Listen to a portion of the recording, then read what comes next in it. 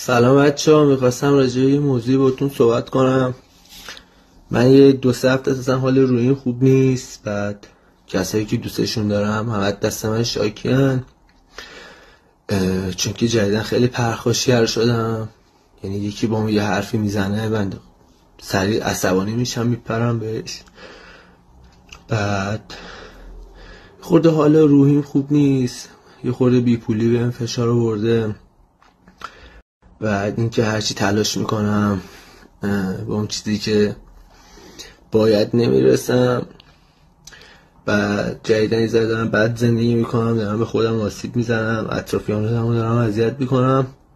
تصمیم گرفتم که حالا یه روز 2 روز، یه هفته 2 هفته تنها باشم که بتونم حالم خوب بشه، بتونم این حس خوب به اطرافیانم انتقال بدم. بعد اینا انباشته شدن رسیدن اینجا. انا یه جوری خودم به خودم قهرم. کسایی که دوستم دارن و به شدت از ناراحتشون کردم و خودم کلا الان جدیدن بدون بی‌عصابم، اصلا حوصله هیچی ندارم. مهنازم که کنارم هی میخواد بهم رویه بده، یه حال خوبشو به انتقال بده من، چون که یه خورده فاز منفی و بدم هی میزنم تو ذوقش. بعد من ناراحت میشم از اینکه میبینم مهناز بخوره تو ذوقش. و تصمیم گرفتم که 2-3 روز، حالا 2 هفته، یه هفته یه خورده رو خودم کار کنم، یه خورده حال روحیم بهتر شه که بتونم اون چیزی که هستم در اختیار مهناز بذارم، یعنی صدمو بذارم. دوست ندارم اصلا ناراحتش کنم. بعد بچه من نه دنبال جذب فالوورم، نه دنبال اینم که الان مثلا حاشیه بزنیم، چون که حاشیه‌ای که میخوام بزنم قبط مثلا هماهنگ شه دیگه. مثلا مهناز بیا من و تو با هم کات کنیم، همدیگه رو آنفالو کنیم، حاشیه میشه، بعد استوری میذاریم اینا هم حاشیه میشه، بعدش میام یه حاشیه میکنیم یا حاشیه. نه اصلا اینطوری نیست. حالا من چون که اینستام حالا مثلا 260,000 تا فالوور دارم، حالا مثلا مهناز جوون میشه یهو همدیگه آنفالو میکنیم، دوباره الان همدیگه رو فالو داریم. چیز خاصی نیست، این برای همتون اتفاق میفته. حالا چون که شما پیجتون پی وی یا با دوست دخترتون یا دوست پسرتون دعوا میکنید، مطمئنم که همتون از این کارا میکنید، بلاک میکنید، آنفالو میکنید، اینا برای همه پیش میاد، چون که آدمو تو عصبانیت نمیتونن دست میدن. در کلی که اصلا من دنبال نه حاشیه‌ام نه جذب فالوور، یه خورده مودم بده، اصلا مود خوبی نیستم، اصلا ناامید شدم نسبت به زندگی. بعد میخواستم اینو بگم که من و مهناز اصلا با همین مشکلی نداریم، با همین صحبت کردیم و من عاشق مهنازم. مهناز اگه تو زندگیم نباشه، یعنی اگه نباشه شاید من الان اینی هم که هستم که یه ذره امید به زندگی دارم فقط سر مهناز. اگه مهنازم نباشه شاید مثلا نه که الان بگید سر دختر و فلان، چون که یه آدمیه که همیشه پشتمه و هوای منو داره و من توی این مدت خیلی اذیتش کردم.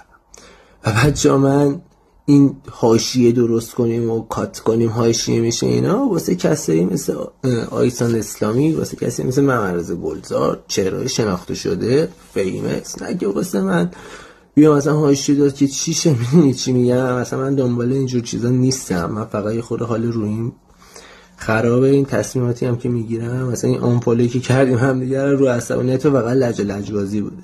بچه‌ها ببخشید من دراز کشیدم، میخوشون که ذهنم خسته است، بدنی هم خسته شدم، کلا امروز خستم. بعد سرتونم به درد آوردم. دوستان داشتم که اصلا با فاز بد بیام استوری بذارم، چون یه مدت بود اصلا استوری نداشته بودم خودم. بعد بچه‌ها یه سوال دارم ازتون. داستان این چیه که تو اینستاگرام درشو که باز میکنی یه سری آدم یه سریایی که دارن دور مخفی میگیرن، یارو سوار حساب بشن، همه خوش تیپن، دور مخفی که همه فیک. بعد یه سری که اصلا یارو نصف دندونش نیست داره میرقصه فلان اینا، اونم که هیچ. اصلا من نمیدونم این استوری که باز میکنم یه تولید محتوای خفن نمیبینم، همه دارن از رو هم دیگه کپی میکنن. اگه به کپی کردن منم بلدم کپی کنم، ولی من چون که خیلی آدم قدی ام دوست دارم همیشه چیزی متفاوت بذارم و این کارم که دارم میکنم تو یوتیوب ولی دیده نمیشه. حتی باید برام یه چیز فان بسازم بیام برم، دارم این کارو میکنم تو یوتیوب، میرم مثلا وقت میذارم، چون من یه ایده جدید دادم که داستان دوستی خودم و مهراز رو به جای که بیام توضیح بدم و تصویر کشیدم. من تصویر کشیدن خیلی سخته، چون این داستان واقعیه، همه چی رو باید طبق واقعیت، یعنی اون داستانایی که افتاده قبل دوستی، بعد دوستی، وسط دوستی افتاده رو میخوام تصویر دارم میکشم. بعد مثلا من میرم بعد به تصویر کشیدن بعد چه فوق العاده سخته. بعد اکت بازیگری بعد داشته باشه که مخاطب بتونه خودش رو بذاره جای من، جای مهراز. مثلا میرم این کارا رو میکنم، بعد میام تو این اینستا میبینم اینا دارن دور مخفی میگیرن، فالوور میگیرن، یارو میاد با یکی قهر میکنه، اون میره با یکی دیگه جم تیوی را میندازن، بعد یه سری دیگه اصلا آنتی بلاگر من اینا رو مسخره میکنن، فیلم اینا رو میزنه، یارو میاد میخنده میگه فلانه بسار میخندن.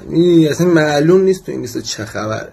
اینه هر کی بی استعداد اینجا کلا فکر کنم اینطوریه که هرچی بی استعدادتر باشی، دانشت پایین‌تر باشه، بی لول‌تر باشی، بددهن‌تر باشی، کارای خیلی معمولی و یه چیز فان بذاری، از میدونی چی میاد دردای جامعهمون، تو وقتی می فان درست میکنی و میان به دردای جامعهمون میخندن، فانش میکنی اون موضوع رو میذاری، یا مثلا یکی میاد تلفن میگیره تو دستش یه زنگ بزن به اکسش برمیداره، یا با دوستشه به دوستش بابا، یا وسطش میای شهر آیفون رو نمیدونم آیفون میخوای تبلیغ آیفون میذارید و چی کار میکنید بابا. واقعا اگه اینطوری باشه به نظر من خیلی خفن داره، چون یک سالو کلا اینطوریه دیگه و تو اینا آدمای با استعداد همیشه تنهان و همیشه حالشون بده. دوستتون دارم، منم مثل شما